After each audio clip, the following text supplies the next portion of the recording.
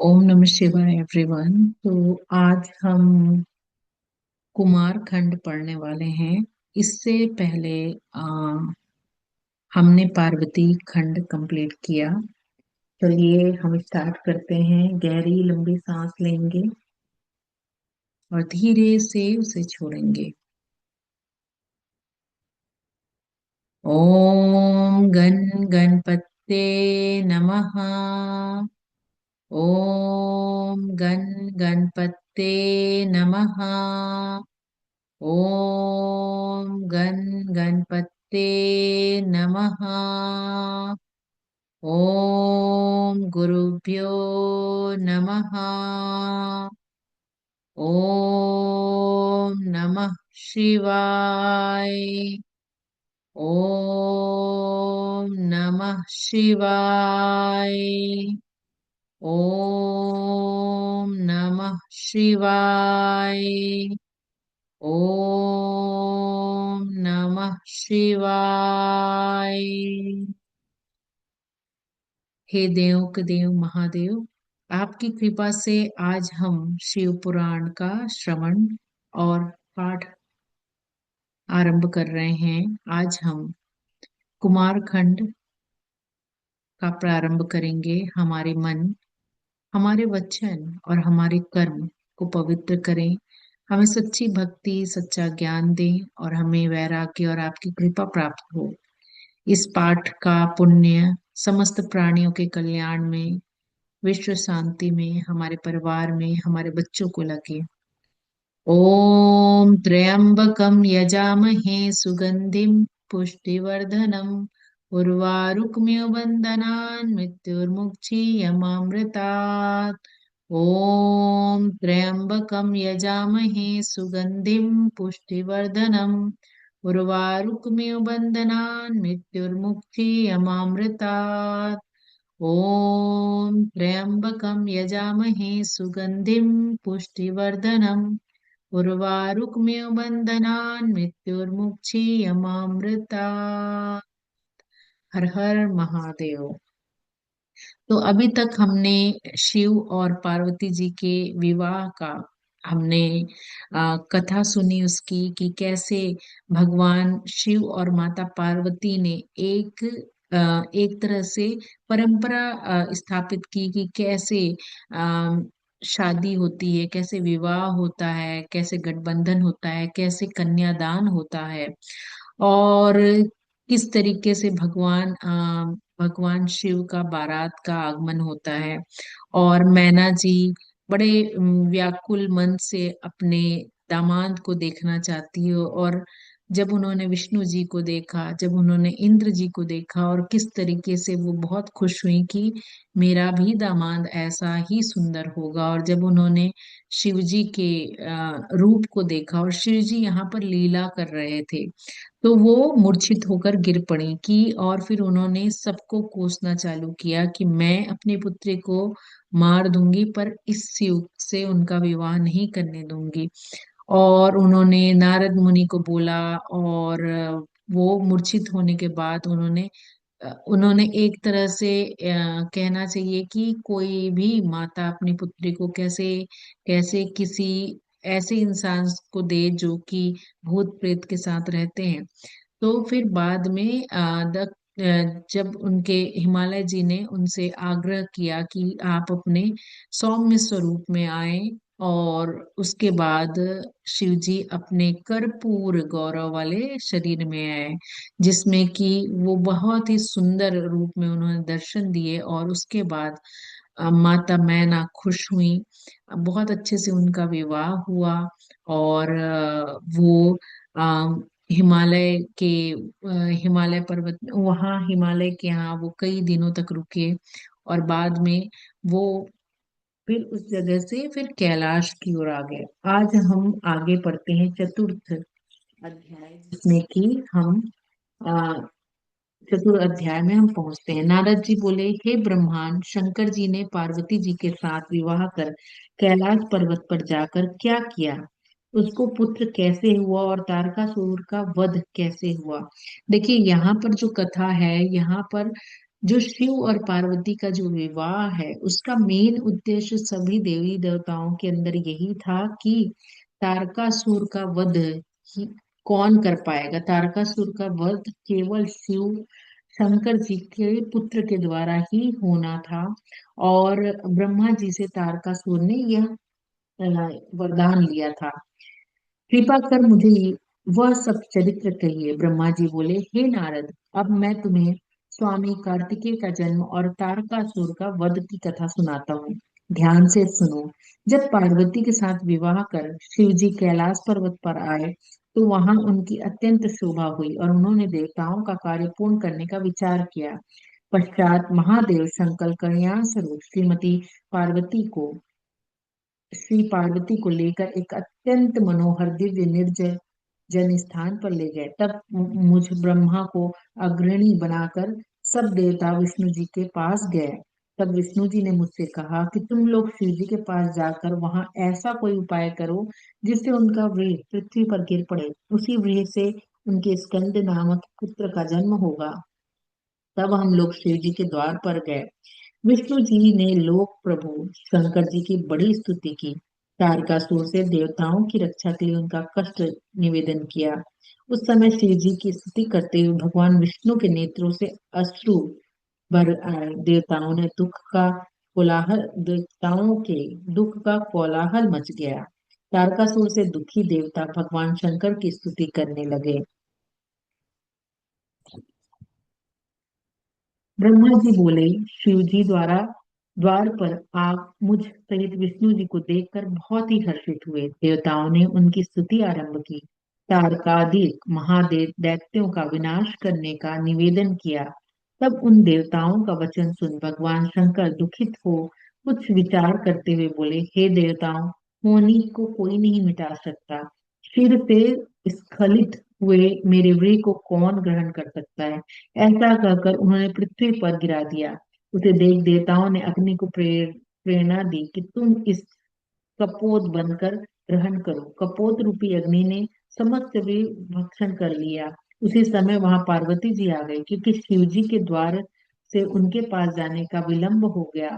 उन्होंने हरि आदि सभी देवताओं से कहा कि तुम बड़े ही स्वार्थी और दुष्ट हो। अपने स्वार्थ के लिए परम प्रभु शिव जी की आराधना कर तुमने मेरे विहार को भंग कर दिया। इससे मैं विंध्या हो गई। मुझसे विरोध कर कोई देवता सुख नहीं पा सकता। ऐसे कहकर पार्वती जी ने विष्णु आदि सभी देवताओं को श्राप दिया। पार्वती के क्रोध से अग्नि प्रज्वलित हो उठी। सती ने कहा, जब देवांगन ने वंध्या हो जाएंगी, मेरी विरोधी सब देवता दुख पाएंगे। देवताओं से ऐसा कहकर पार्वती जी अग्नि से कहा, क्यों रे, तू शिव जी के वीर भक्षण का कर लिया, अतएव आज से तू सर्वभक्षी हो जा। तुझे शिव जी के तत्व को न जाना और सर्वदा देवताओं के ही कार्य साधना रहे। अग्नि को इस प्रकार श्राप देकर पार्वती जी महारुष्ट होकर अपने स्थान पर चली गई। पश्चात पार्वती जी ने गणेश जी को उत्पन्न किया। इधर जो समस्त देवता अग्नि में होम द्वारा अनादि भक्षण करते रहे, उससे उनके पेट में गर्भ रह गया। उससे विष्णु आदि सभी देवताओं को बड़ी पीड़ा हुई। सबने शिव जी की शरण ली। शिव जी के मंदिर पर जाकर हाथ जोड़कर बड़ी स्तुति की। उस स्तुति को सुनकर भगवान शिव शीघ्र ही द्वार पर आए जहां देवता खड़े थे। शिव जी को देख देवताओं ने कहा, हे शंभु, शिव, महेश्वर, हम इस वीर से जलते हैं, हमारी रक्षा कीजिए। तब उनके इन दीन वचनों को सुनकर भक्त वत्सल शंकर जी ने हंसकर कहा, हे देवताओं, मैं जो कहता हूं उसे सुनो। अब तुम लोग शीघ्र ही वमन द्वारा वीर को बाहर निकाल दो, इससे तुम्हें सुख प्राप्त होगा। फिर तो शिव जी की आज्ञा से सबने उस वीर को वमन द्वारा बाहर निकाल दिया। वह सुवर्ण के समान चमकता हुआ पर्वताकार होकर आकाश को स्पर्श करने लगा। विष्णु आदि देवताओं का दुख दूर हो गया। परंतु अग्नि अभी भी सुखी नहीं हुई, उसका हृदय जलता ही रहा। तब उसने भी देवादिदेव शंकर की स्तुति की और कहा, मेरा अपराध क्षमा कर, मेरे तप को हरण कीजिए। आप दीन वत्सल, कल्याणकारी और परमेश्वर हैं। यह सुन शिव जी प्रसन्न हुए।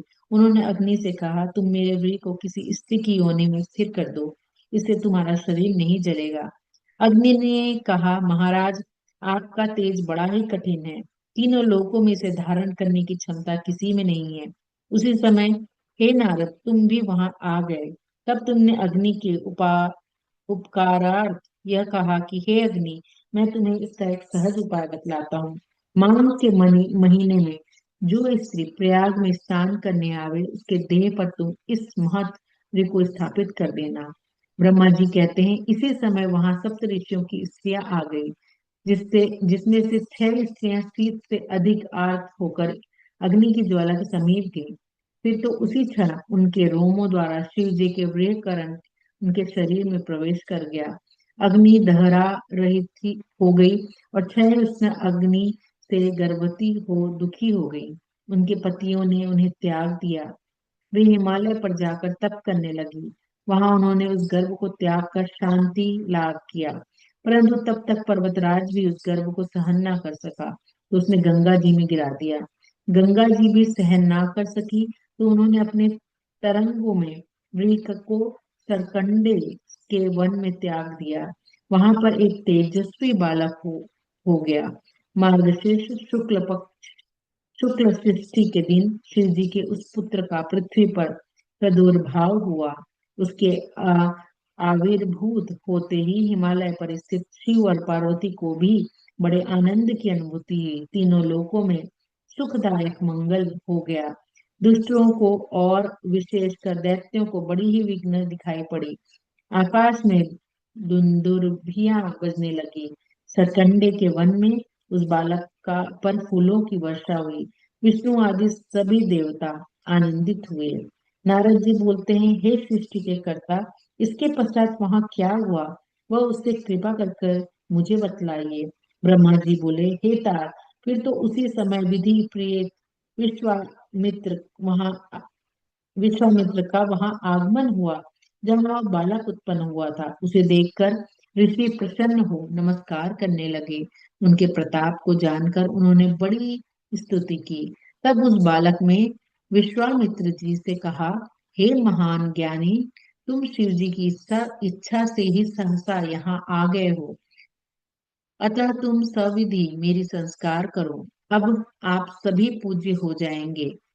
तब विस्मित हो विश्वामित्र जी ने उस बालक से कहा कि हे तात, मैं ब्राह्मण नहीं किंतु गाधी क्षत्रिय का पुत्र हूँ। मैं ब्राह्मणों का सेवक हूँ और लोग मुझे विश्वामित्र कहते हैं। परंतु तुम कौन हो, यह तो कहो। इस पर वह बालक कहने लगा, हे विश्वामित्र, अब तुम मेरे वरदान से महर्षि हो गए। निसंदेह अब वशिष्ठ आदि ब्रह्मार्षि तुम्हारे प्रशंसक होंगे। फिर तो विश्वामित्र ने उन बालक का जात संस्कार किया। उस बालक ने भी प्रसन्न होकर उन्हें सच्चा ज्ञान प्रदान किया। उसी समय जो श्वेत नाम के दूसरे ब्रह्मार्षि ने उस दिव्य और परम बालक को आकार देखा, तो उन्होंने उसे शक्ति और शस्त्र अर्पण किया। उस शक्ति को लेकर वह कौंच पर्वत पर चढ़ गए और उसके शिखर ढहाने लगा।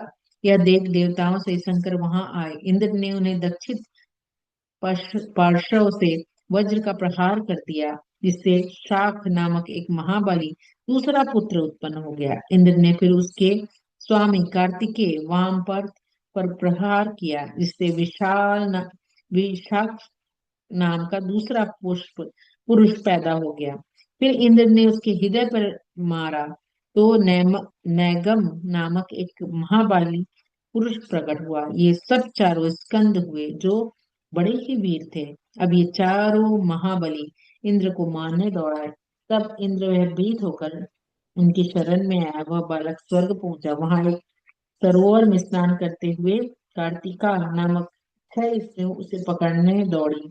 उसमें भारी विवाद हुआ। कुमार ने 6 मुख कर एक एक मुख से उनका स्तनपान किया। वे प्रसन्न हो कुमार को अपने लोक में ले गई। बड़े प्रेम से उनका दूध पिलाकर पालन किया। कार्तिका के उस बालक ने एक दिन स्वर्ग में जाकर बड़ा ही सुंदर चरित्र किया। देवताओं को अपनी महिमा दिखाई। विष्णु आदि चकित होकर उसका परिचय पूछने लगे, परंतु वह गुप्त हो गया। कार्तिकेय कुमार की खोज और नंदी संवाद। नारद जी ने पूछा पर ब्रह्मा जी नारद जी के पूछने पर ब्रह्मा जी कहने लगे, इस प्रकार जब बहुत सा समय व्यतीत हो गया, पार्वती जी ने अपने स्वामी शंभु से पूछा कि हे देव देव, कृपा कर यह बतलाइए कि आपका यह वृक्ष कहाँ गया जो पृथ्वी पर गिरा था और उसे देवताओं ने छिपा लिया था। क्या आपका वह वृक्ष जो मुझसे ना गिरकर पृथ्वी पर गिरा, वह कहीं नष्ट हो गया या उससे कोई बालक प्रकट हो गया? पार्वती जी के इन वचनों को सुनकर जगदीश्वर ने देवताओं और मुनियों को बुलाकर पूछा कि हे देवताओं, मेरे अमोघ वीर कहाँ है? उसको किसने छिपाया है? ईश्वर की यह वचन सुनकर सब सभा के लोग कंपित हो गए। क्रम एक दूसरे को देखकर प्रभु के आगे उनकी खोज संबंधी एक बात कहने लगे। उसका पता पाकर श्री जी बहुत प्रसन्न हुए। उन्होंने ब्राह्मणों को बहुत सी दीक्षा दी। फिर प्रभु ने अपने गणों को आज्ञा दी कि कार्तिकाओं को के यहाँ जाकर मेरे पुत्र को ले आओ। तो इनकी कार्तिकेय जी का पालन कार्तिका उनकी माताएं कर रही थी। 6 माताएं कार्तिकाएं भय से व्याकुल हो गई। तब उन्होंने ब्रह्म तेज से प्रकाशमान कार्तिकेय से कहा कि हे वत्स, क्या तुम नहीं देखते कि असंख्य सेनाओं ने तुम्हारे घर को घेर लिया है? अब क्या करें, कहाँ जाए? बड़ा भारी भय उपस्थित हो गया है। इस पर कार्तिकेय ने कहा, हे कल्याणिया, मेरे रहते आप लोग कुछ भी भय ना करो। उसी समय शिव जी के सेनापति नंदीश्वर कार्तिकेय के समक्ष आकर खड़े हो यह कहने लगे कि हे भाई तथा माताओं, मुझे जगत सहर्ता शिव जी ने यहाँ भेजा है। हे तात, शिव जी ने तुम्हें खोजने के लिए मुझे यहाँ पर भेजा है। अब तुम मेरे साथ पृथ्वी पर चलो। तुम विश्व संहर्ता के पुत्र हो। तुमको यह कार्तिकेय क्या रख सकेंगे? जब नंदीश्वर ने ऐसा कहा तब कार्तिकेय ने उन्हें शंकर पर आश्रित जानकर उनकी बड़ी प्रशंसा की और कहा, हे भाई, यह कार्तिका ज्ञान योगिनी प्रकृति की कला है। मैं इनका पौष्य पुत्र हूँ। शैलेंद्र कन्या से मेरा प्रादुर्भाव नहीं हुआ।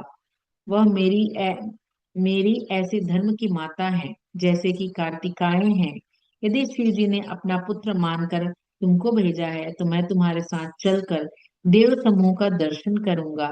यह कहकर कार्तिकाओं को बुलाकर उनसे आज्ञा लेकर कार्तिकेय जी शीघ्र ही शिव जी को पार्षदों के साथ चले।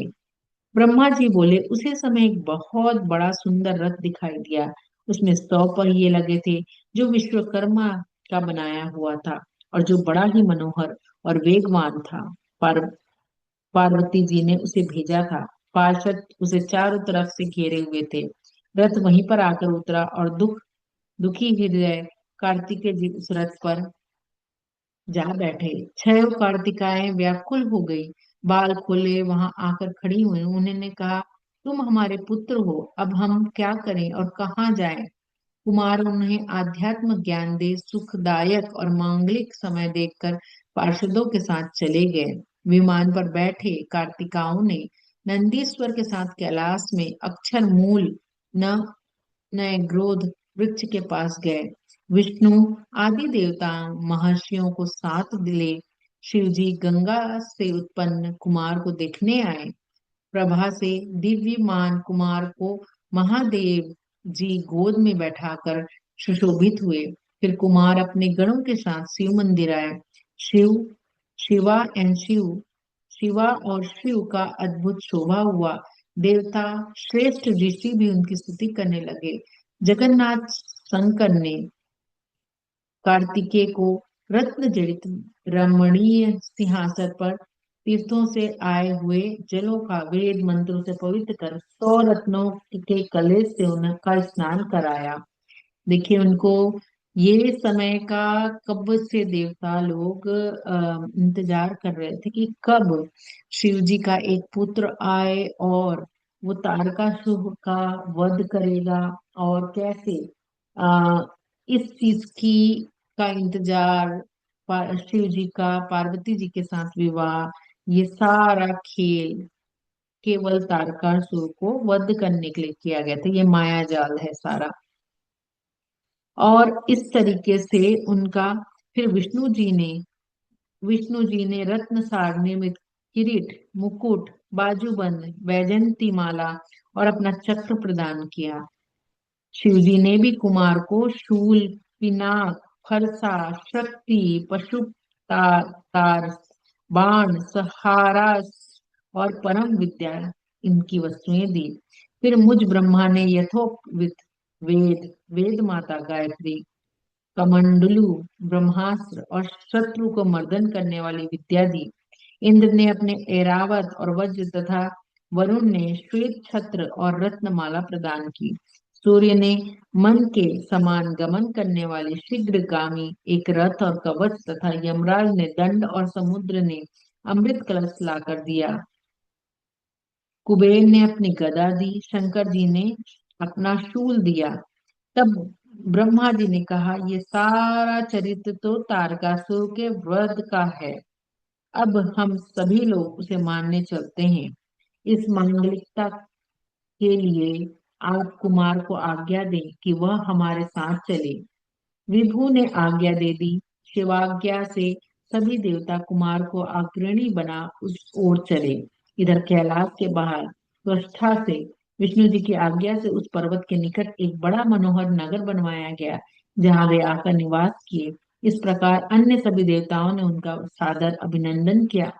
कुमार ने सबके स्वामित्व को ग्रहण किया। तो देखिए, ये बहुत अद्भुत विवाह जब होने के बाद किस तरीके से कार्तिकेय जी का जन्म हुआ और कैसे अब आगे की कहानी होती है। ब्रह्मा जी कहते हैं, हे नारद, तब वहां स्थिर स्थिर हो कार्तिकेय जी ने भक्ति दायिनी कई कथाएं कही। नारद नामक एक ब्राह्मण उसकी शरण में आया। उसने कार्तिकेय जी के निकट जाकर स्रोतों के इस नम्र स्तुति की, हे स्वामिन, मेरे कष्ट दूर कीजिए, मैं आपके शरण में आया हूँ। मैं एक अजमेध यज्ञ कर रहा था, जो आप जो आज वह अपना बंधन तोड़ ना सक जाने वहां से चला गया। मेरा यज्ञ भंग हो गया, परंतु मुझे आशा है कि आप जैसे स्वामी के रहते मेरा यज्ञ भंग नहीं हो सकता। तब उनकी ऐसी स्तुति सुनकर स्वामी कार्तिकेय जी ने अपने वीर बाहु नामक प्रधान गण को उस ब्राह्मण के यज्ञ को पूर्ण करने की आज्ञा दी। वह महावीर गण उस अज को ढूंढने चला। उसने सभी ब्राह्मणों से उसकी खोज उसे खोजा, परंतु उसे पाया नहीं। कुछ तप कुमार का वह गण विष्णु लोक में गया। वहां उसने देखा कि महाबली अजभूप बहुत ही उपद्रव मचा रहा है। फिर तो कुमार का वह वीरगण उनकी सींग पकड़कर उसे अपने स्वामी के पास ले आया। भगवान सारे संसार का भार लिए उनके ऊपर चढ़ बैठे। वह उन्हें देखकर त्रैलोक की परिक्रमा करने लगा। एक ही मुहूर्त में समस्त त्रिलोकी का पर्यटन कर लिया। फिर वहीं आकर खड़ा हो गया जहां उस भगवान को ले गया था। स्वामी उनकी पीठ से उतरकर अपने आसन पर जा विराजमान हुए। अज वही खड़ा रहा। तब नारद ने कार्तिकेय जी से कहा, हे देव, अब आज अब इस अज को मुझे दे दीजिए। तब कार्तिकेय जी ने कहा, हे विप्र, यह अज वध के योग्य नहीं है। आप इस अपने घर जाइए। मैं प्रसन्नता से यह वर देता हूँ कि आपका यज्ञ पूर्ण होगा। ब्राह्मण ने आशीर्वाद दे अपने घर का मार्ग लिया। 7वां अध्याय। ब्रह्मा जी कहते हैं, अब हरि आदि देवता कुमार को आगे कर तारकासुर को मारने चले थे। चलिए देखिए, अब जो मेन चीज है जिसके लिए ये सारा चीज रचा गया, उसकी बारी है। तब उनकी भारी सेना को आते देख देवता भी बड़े बल से सिंहनाद करने लगे, जिसने दैत्यों को आश्चर्यचकित कर दिया। उस समय शिवजी की माया से प्रेरित होकर यह आकाशवाणी हुई कि हे देवता, इस कुमार को अग्रसर कर युद्ध करो। तुम लोग संग्राम में दैत्यों को जीत कर विजय होगे। तो पहले ही पहले के समय में ऐसी ही आकाशवाणी हो जाती थी। जैसे ये आकाशिक रीडिंग हम करते हैं ना, जैसे मैं कई बार पोस्ट डालती हूँ आकाशिक रीडिंग, तो पहले के समय में चीजें बहुत ही क्लियर थी। पहले के समय में पहले से ही एक डिवाइन ब्लेसिंग्स मिलती थी लोगों को, कि कॉस्मिक ब्रह्मांड की ऊर्जा अपने आप बात करती थी। यह आकाशवाणी सुन देवता निर्भय हो गए। फिर तो वे सब देवता कुमार को अग्रसर कर पृथ्वी और सागर के संगम पर आए। तब तक तारक भी दैत्यों की भारी सेना ले वहां पहुंचे। देवताओं और तारक के साथ के दैत्यों का युद्ध आरंभ हुआ। देवताओं की ओर से इंद्र कार्तिकेय कुमार को हाथी पर चढ़ाकर आगे गए। उनके पीछे लोकपालों सहित देवताओं की बड़ी सारी सेना थी। तब तक कुमार इंद्र का हाथी छोड़ दूसरे रत्न जड़ित यान पर जा चढ़े। फिर तो देवता और दैत्य अपनी अपनी सेना को विरुद्धबद्ध कर ऐसे घोर गर्जन करने लगे, जिसे सुन कायर भागने लगे, शूर सुखी होने लगे। इस समय महाबली तारका ने बड़ी सेना लेकर देवताओं के ऊपर प्रचंड आक्रमण किया। युद्ध में उल्लसित इंद्रादिक देवता उसे रोकने लगे, परंतु वह ना रुका। फलतः देवताओं ने अद्भुत पराक्रम कर दैत्यों का नाशकारी बड़ा घोर युद्ध किया। इतने में द्वितीय पुत्र तारक अकेले इंद्र से युद्ध करने लगा। यह देखकर देवताएं भी दैत्यों से पृथक पृथक कर युद्ध करने लगे। नैऋत्यों सहित वरुण बल नामक दैत्य से, वायु सुवेर से, वान मान का कुबेर के साथ युद्ध होने लगा। इस प्रकार ईशान से निशुम्भ, शुंभ का शेष जी से, और कुंभ नामक दैत्य चंद्रमा से युद्ध करने लगा। एक दूसरे के साथ इस स्पर्धा से विजय करने के लिए महायुद्ध करने लगे और अनेक असुर कट कर गिरने लगे। उनके नष्ट होने से वह युद्ध भूमि बड़ी भयानक और अगम्य हो गई। तो युद्ध का दृश्य है यहाँ। ब्रह्मा जी बोले, हे नारद, जब इस प्रकार देवताओं और दैत्यों ने विनाशकारी युद्ध प्रारंभ किया, तो दैत्येंद्र तारक ने अपनी परम शक्ति उठाकर इंद्र पर चला दी। इससे इंद्र घायल होकर तत्काल ऐरावत से गिर पड़े। तो इंद्र भगवान के ऊपर सबसे पहला तो आक्रमण देवताओं में ही होता था। सुरेश्वर को बड़ी व्याकुलता आई। असुर जय सिंहनाद करने लगे।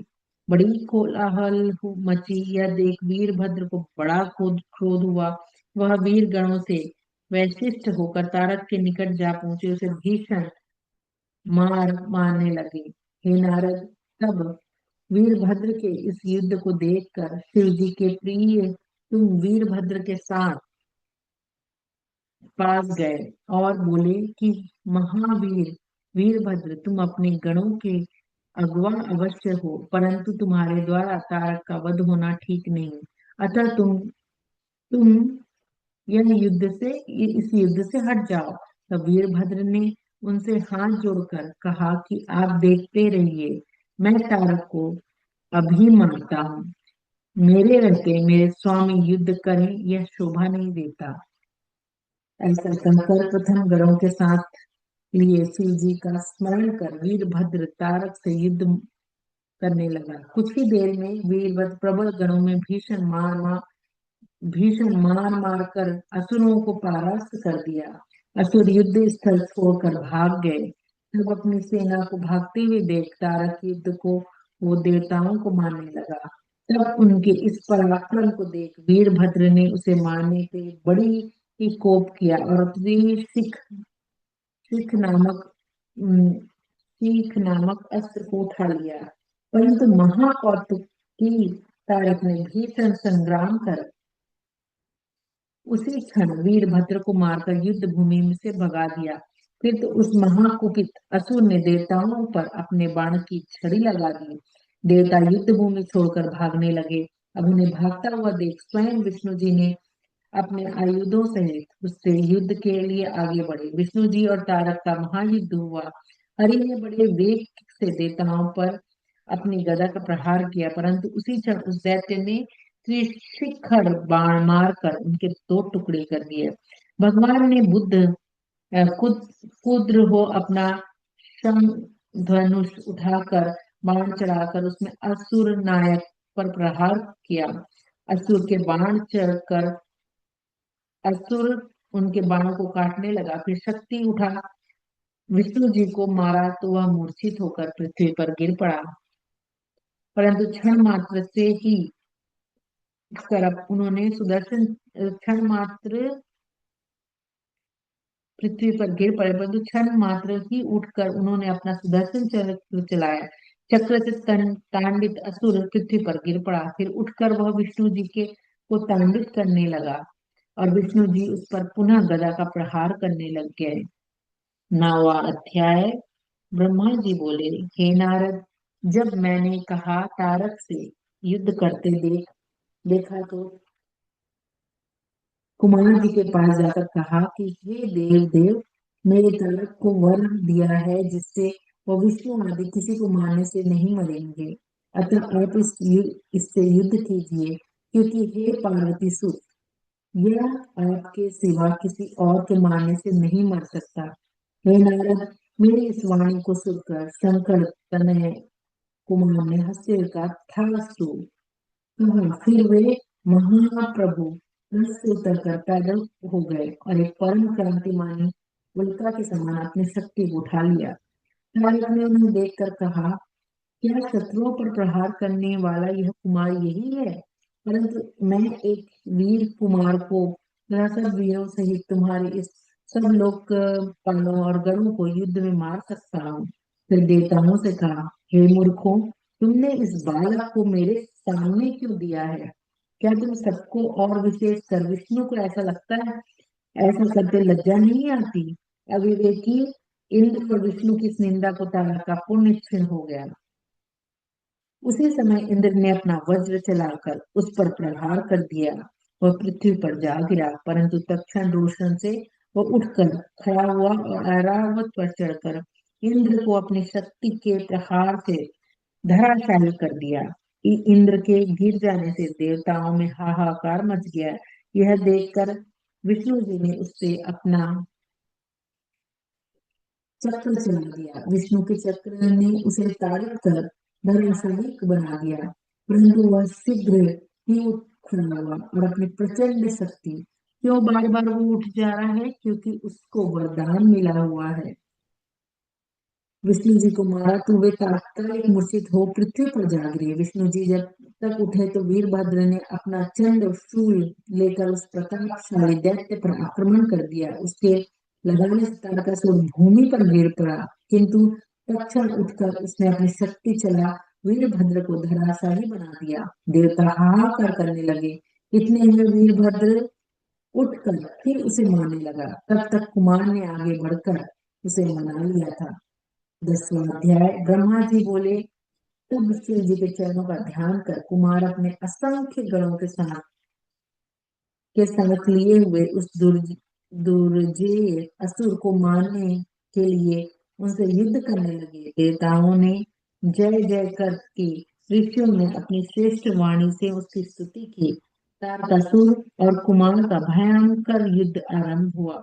देखिए, यही मेन युद्ध है।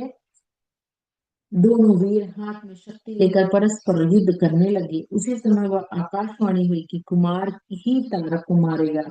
तुम लोग चिंता न करो। यह सुनकर कार्तिकेय को बड़ी प्रसन्नता हुई। उन्होंने सुखपूर्वक तारक को मारने में मन लगाया। उन्होंने शीघ्र ही तारक की छाती पर अपनी शक्ति चला दी। इसके उत्तर में तारक ने भी कुमार पर अपनी शक्ति चढ़ा दी। इसके आघात से शंकर पुत्र मूर्छित हो गया। फिर महर्षि पार्थिव होते हुए भी क्षण मात्र में ही उठकर खड़े हो गए। कहा, भय न करो, सब कुछ ठीक होगा। मैं तुम्हारे देखते देखते इन पापों का वध करूंगा। ऐसा कहकर पार्वती जी और शंकर जी को मन ही मन प्रणाम करते हुए तारा को मारने के लिए कुमार ने एक प्रबल शक्ति उठा ली। शीघ्र ही से चलकर असुर की छाती पर मारा तो वह शीघ्र ही विकीर्ण होकर पृथ्वी पर गिर पड़ा। महाबली असुर सबके देखते देखते नष्ट हो गए। कुमार ने उस पर प्रहार न किया। फिर तो निर्भय होकर देवताओं ने असुरों को मार भगाया। बचे हुए असुर कुछ असुर कुमार की शरण में आए। देवताओं की सेनाएं नष्ट हो गए। विजयी कुमार अपने गणों के साथ ले माता पार्वती के पास आए। पार्वती जी ने स्नेह पूर्वक कुमार को अपनी गोद में बिठाकर प्यार करने लगे। देवताओं और गणों में ने जाकर उनकी स्तुति की। शंकर जी प्रसन्न हो जगदम्बा पार्वती के साथ ले अपने गणों सहित कैलाश पर चले गए। कुमार का प्रबल विजय। 11वां अध्याय है। ब्रह्मा जी बोले, हे नारद, इस समय बाणासुर नामक दैत्य की पीड़ित कोच नामक पर्वत ने कुमार के पास आकर उनकी बड़ी स्तुति की और कहा, हे प्रभु, मुझे बाणासुर बड़ा कष्ट दे रहा है, आप मेरी रक्षा कीजिए। तब कौच की स्तुति से प्रसन्न हुए स्कंद जी ने उन्हें सांत्वना दी और शिव जी का ध्यान कर बैठे बैठे बाण के लिए एक शक्ति छोड़ दी। उसे भस्म कर शीघ्र ही कुमार के पास लौट आई। कुमार ने कौच से कहा कि अब तुम निर्भय होकर अपने घर जाओ, वह दैत्य नष्ट हो गया है। राजा कौच कुमार का यह वचन सुनकर उसकी स्तुति कर अपने घर लौट गया। वहां जाकर उसने शंकर जी की प्रसन्नार्थ उनके 3 लिंगों की स्थापना की। प्रतीकेश्वर, कपिलेश्वर, कुमेश्वर, ये तीनों लिंग सिद्धिदायक हैं।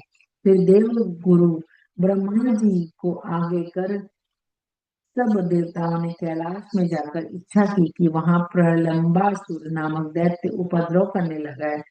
उसके पीड़ित उस उससे पीड़ित शेष जी का पुत्र कुमुद कुमार का शरण आया। गिरजा गिरजा पुत्र की बड़ी स्तुति की। कुमार ने प्रसन्न हो शक्ति चला प्रलंबन का सहारा कर दिया। वह असुर अपने अपने अनुचरों सहित मारा गया। शेष पुत्र कुमुद शिव पुत्र कुमार की स्तुति कर अपने घर पाताल आया। जो मनुष्य कुमार के इस चरित्र को पढ़ता और सुनता है, उसे शिव लोक की प्राप्ति होती है। वह यहाँ परम सुख भोग कर अंत में दिव्य मोक्ष को प्राप्त करता है। 12वां अध्याय। स्वामी कार्तिकेय का चरित्र वर्णन। ब्रह्मा जी कहते हैं, अब विष्णु सब देवता परमोत्सव कर कुमार को कैलाश ले जाने की प्रेरणा करने लगे। आनंद ध्वनि करते हुए शिव जी के पर्वत पर पहुंचे। विष्णु आदि ने शिव जी को प्रणाम कर उसकी स्तुति की। कुमार भी बड़ी प्रसन्नता से विमान से उतरकर सिंहासन पर बैठे शिव और पार्वती जी को प्रणाम किया। विष्णु आदि देवताओं ने स्कंद जी को आगे कर शिव जी की बड़ी स्तुति की। स्कंद जी यानी कार्तिकेय जी सर्वोश्वर स्वर राग प्रसन्न हो हंसने लगे। फिर विष्णु आदि देवताओं ने बोला, हे देवताओं के कृपा के कोष हैं। हे देवताओं, मैं देवताओं के लिए कृपा का कोष हूँ। मैं दुष्टों को मारने वाला त्रिलोकी अधिपति भक्त वत्सल शंकर हूँ। मैं सबका कर्ता भरता हरता विकार रहित हूँ। तुम जब दुख पड़े मुझे स्मरण करना, मैं तुम्हें सुख ही करूंगा। यह सुनकर कुमार से सब देवता हर्षित होकर अपने स्थान को चले गए। कुमार अपने माता पिता शिव और पार्वती के साथ उसी पर्वत पर निवास करने लगे। हे नारद, यह मैंने तुम्हें कुमार के चरित्र कहा है। अब आगे सुनना चाहते हो वो कहो। अब यहाँ पर गणेश जी की उत्पत्ति। अब हम गणेश जी की उत्पत्ति आगे चैप्टर में कल पढ़ेंगे। यहाँ पर हम आज से यहीं तक पढ़ते हैं, 12वें अध्याय तक। चलिए हाथ जोड़कर शिव और माँ पार्वती और कार्तिकेय जी को प्रणाम करते हैं। कर्पूर गौरम करुणावतारम संसार सारम भुजगेन्द्रहारम सदा वसन्तं हृदयानविन्दे भवं Bhavani सरितं Namami. Thank you every